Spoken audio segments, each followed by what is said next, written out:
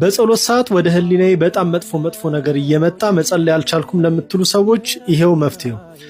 ክርስቲያኖች ይሄ ቪዲዮ ኮፒ ሊንክ ስለምታደርጉልኝ በጣም አመሰግናለሁ። ብዙ ሰዎች ኮሜንት ላይም ኢንቦክስም እያደረጉልኝ ጸሎት ለማድረግ ስዕል ፊት ስንቆም፣ ቤተክርስቲያኑ ስንሄድ፣ ቅዳሴ መሃል ላይ ብቻ መንፈሳዊ ሁነቶችን ስናከናውን አእምሯችን ላይ እኛ በኖርማል አእምሯችን ማናስባቸው በጣም ከባባድ ነገሮች፣ መጥፎ ነገሮች ጭንቅላታችን ላይ ይመጡብናል። ስለዚህ ለዚህ ምንድነው መፍትሄው ለምትሉ 30 ሰከንድ ወስዳችሁ አዳምጡ። እንደዛ አይነት ነገር ሰይጣን ከዛ በጎ ምግባር ሊያርቃችሁ ስለሚፈልግ የሚያመጣባችሁ ፈተና መሆኑን በመጀመሪያ መገንዘብ ያስፈልጋል።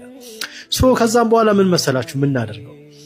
ተአብዮ ነፍሴ ለእግዚአብሔር ወይንም ደግሞ ነፍሴ እግዚአብሔርን ታከብረዋለች።